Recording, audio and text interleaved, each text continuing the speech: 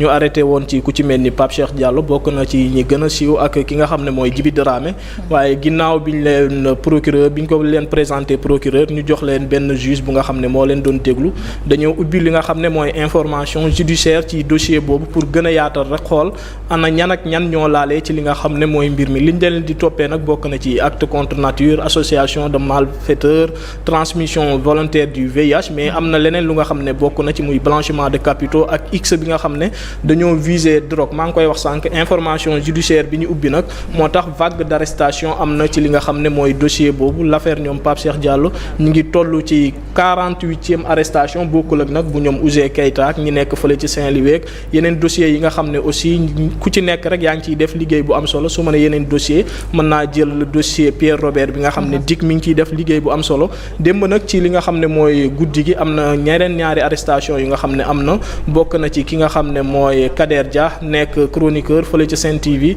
ak beneen journaliste bu nga xam ne fële ci Kéwoulo la nekk ñoom ñëpp ñu teg leen loxo mais teg loxo bi ñu ngi ñuy xamal que Pape Cheikh Diallo naam buggugul wax ci li nga xam ne mooy dossier boobu mais ginnaaw bi ñu exploité ay téléphone am kon niñ ko defee woon ci Ibrahima Majib moom tamit gis nañ ko daan na sekk ay mbir ak ku ci mel ni Kader waaye tamit ku ci mel ni Pape Gaye Talla moom aussi nekk benn étudiant bu nga xam ne teg benn journaliste bu nga xam ne teg nañ ko loxo ci mbir yi am na beneen étudiant bu nga xam ne teg nañ ko loxo ci mbir yi mu mel ni dossier bi Pape Sané chaque jour ñi ngi am ay arrestation rek suite et pas fin. Merci Oumar bon ce sujet là man c'est un sujet bi nga xam ne j'aime pas tellement parler parce que dama ne man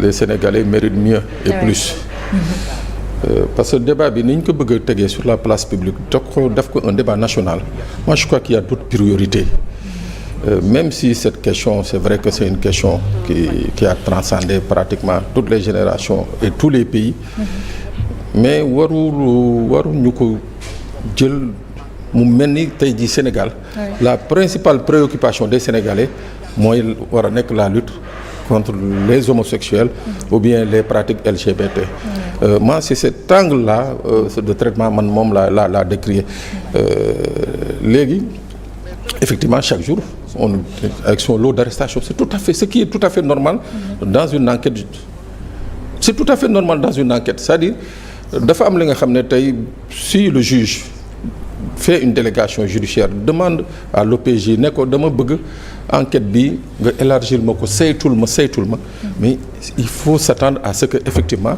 régulièrement des têtes tombent dafa mel ni tey jii ñu jàppoon benn trafiquant de drogue mais il va sans dire s'il y a une délégation judiciaire qui prend avec des pouvoirs étendus des pouvoirs d'investigation étendus il va sans dire que daañu jàpp que bay affaires yi parce que justement c'est ce qu'on appelle une enquête tentaculaire bon ça c'est vraiment quelque chose bi nga xam ne dañuy féliciter également la brigade de recherche de la gendarmerie qui est en train d'abattre un excellent travail mais man à mon niveau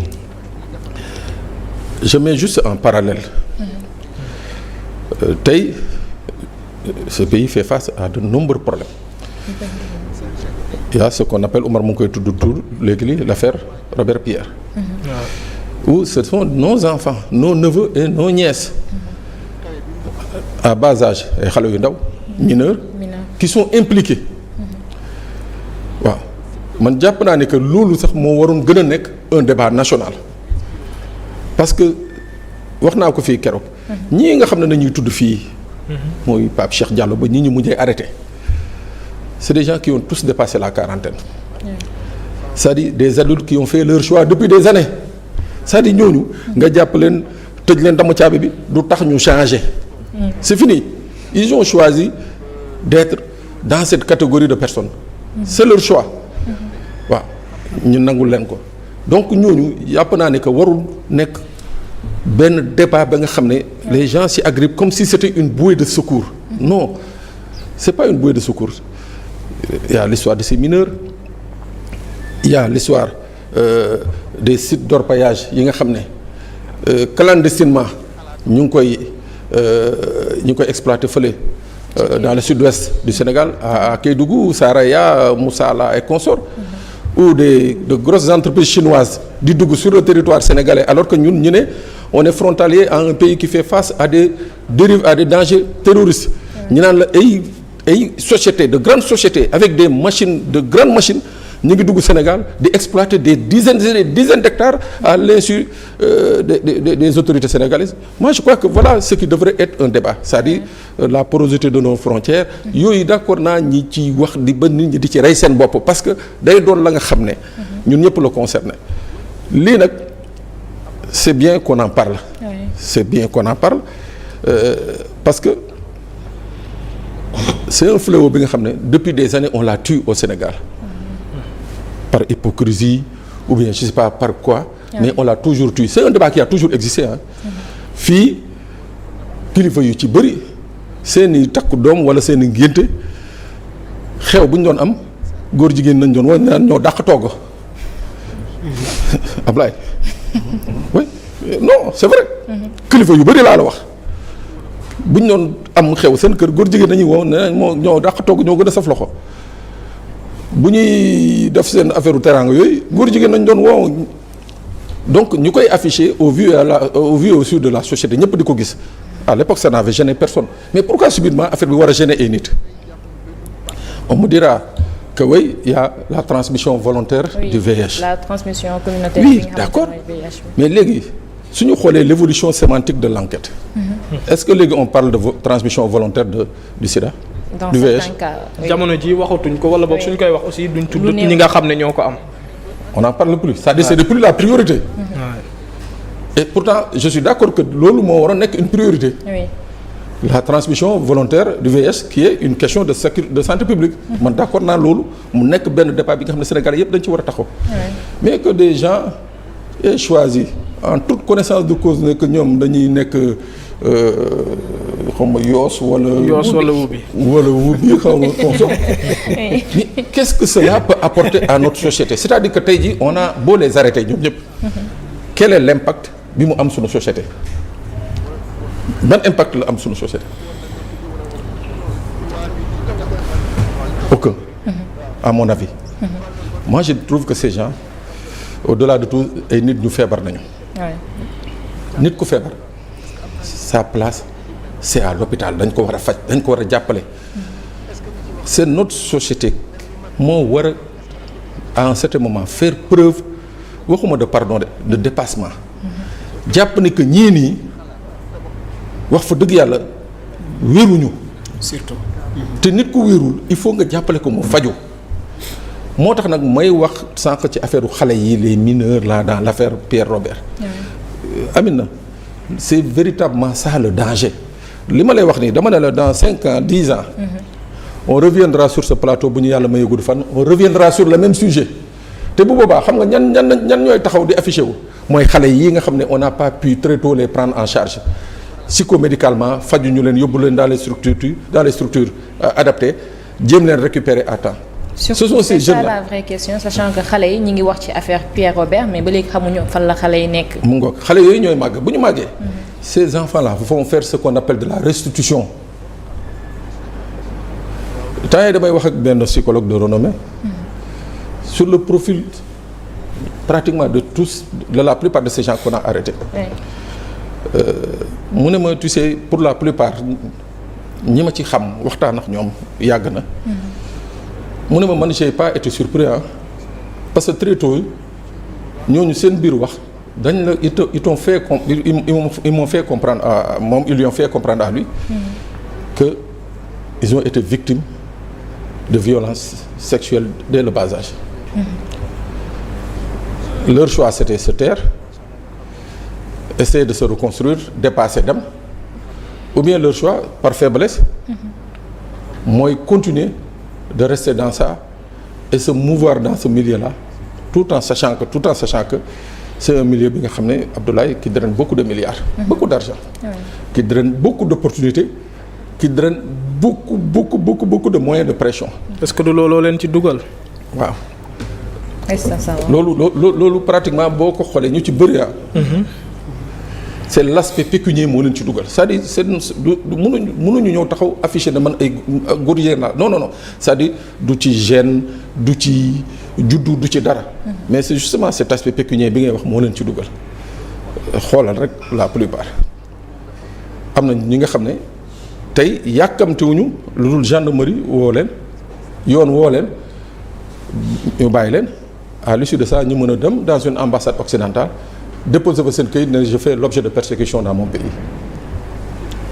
et la toute puissance LGBT dans le monde genre yooyu dañ ciy sawar financer la nga génn dëkk ba ñu créer un autre lobby à l'extérieur pour continuer de mën a teg pression continuer de mën a véhiculer le message surtout avec les réseaux sociaux actuellement. mais bala ngaa génn foofu ñaancoo ci arrestation yi laa bëgg ñëw dañuy gis que affaire yi effet surprise lay doon. suñu jëlee ki nga xam ne mooy Pape Birame Bigué dañ ko fekk ci liggéeyam ki nga xam ne jàpp nañ ko démb muy Kader aussi dafa pare def émission ñu jàppe ko loolu c'est permis dans une enquête wala. waaw maa ngi koy wax la dernière fois xam nga l'officier de police judiciaire. bu yoree enquête am. moom mooy apprécier. c'est-à-dire tey bu jàppee ni que la règle dans les procédures mooy que nit ki da nga koy jébbal convocation pour mu ñëw uyu si la. maintenant il peut arriver que enquêteur bi am une information. daal di ne diw de il paraît que dafay waaj a daw moom mu jël en accord avec le procureur des mesures comme ñëw jàpp la. D'accord. waaw sans pour autant jox la convocation. mais soo xoolee même bu ñu lay jàpp si fañ lay jàppee dañ lay jox convocation ba pare. dañ lay naan am convocation nga jël convocation bi ñu soog la jàpp. des réceptions. waaw c'est-à-dire que c'est une pratique bi nga xam ne qu'on peut dénoncer effectivement même si le PJ am na la latitude comme je l'ai dit dans le cadre d'une enquête en fonction des éléments qu'il a des éléments d'appréciation. mu ne non kii. dañ koy jëli ji moo gën a wóor. waaw loolu c'est dans l'ordre du possible quoi. alors ñu gis ni que ni ñu ngi wax ni que ni d'autres chroniqueurs daal dinañ ci bokk ñu ngi ci viseur bi rawatina itam ak animatrice itam foofu ban appréciation rek nga ci def. alors moi sur ce tableau là Amina. je dis que il faut pas qu'on tombe dans le jeu de la stigmatisation parce que wax ci presse ni que. jàpp nañu journaliste jàpp effectivement bu ñu ko defee dañ leen war a jàpp. mais pour autant. mbir yi yemul ci presse bi rek pourquoi dans les autres corps de métier on n'en parle pas bizarrement dans les autres corps de métier duñ ci jàpp kenn on ne parle pas. donc ça veut dire qu'est-ce qu'on est en train de nous présenter en attendant que l'enquête évolue ce qu'on nous présente mooy que la presse effectivement. c'est góor jigéen ñi dañ fa bëri. c'est ce que. chaque Sénégalais lii quand tu prends le journal mooy que kon presse bi nekk ne ay góor jigéen bëri nañ fa mais non c'est justement loolu laay wax stigmatisation mais dans les autres corps de métier mais y en a. oui. mais doyen am naa benn question bu bëgg a poser mais est-ce que le fait de dire di dévoiler ay secret enquête par exemple nga toog ci place publique nga jékki-jékki gis information bi di circuler gendarmerie moo koy fuiteloo wala parquet moo koy fuiteloo wala lu ñu joxe avant-goût ni di war nañ ko jàpp war na génn nga xam ne da nga jékki-jékki 48 heures après nga dëgg teg nañ nit loxo fekkee gars yi commencé nañ xam affaire yi loolu est-ce que c'est permis par la loi quoi fait demee noonu lépp ak ñan journaliste aussi lañ ko war a jox par rapport à ça. bon xam nga y a ce qu'on appelle le secret de l'enquête ou bien le secret de l'instruction ñun nag ñun presse bi ne sommes pas du tout liés par le secret de l'enquête ou de l'instruction.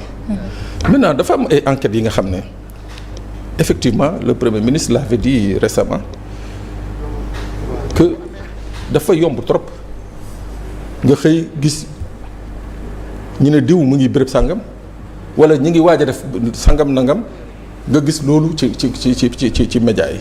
effectivement c'est problématique. parce que muy l'officier de police judiciaire il est tenu à ce qu'on appelle une obligation de réserve et une obligation de confidentialité soo xoolee pourquoi lu mel ni police lu mel ni gendarmerie am ay structures de communication c'est justement pour éviter ces fuites-là parce que dans ces divisions de communication c'est ñooñu noonu ñi fa nekk. c'est eux qui sont chargés de relayer la communication de la gendarmerie ou de la police. Tout à fait. loolu c'est pour éviter. commissaire Sangam. am information rek jox Omar. c'est pour éviter que commandant Sangam am information jox Pape Sané. donc ça veut dire que c'est bien encadré. maintenant le procureur de la République moom dans le cas d'espèce le code de procédure pénale moo ko may. su lii amee mu génn def conférence de presse mais ci biir conférence de presse bi ndem day leeral sénégalais yi mais il reste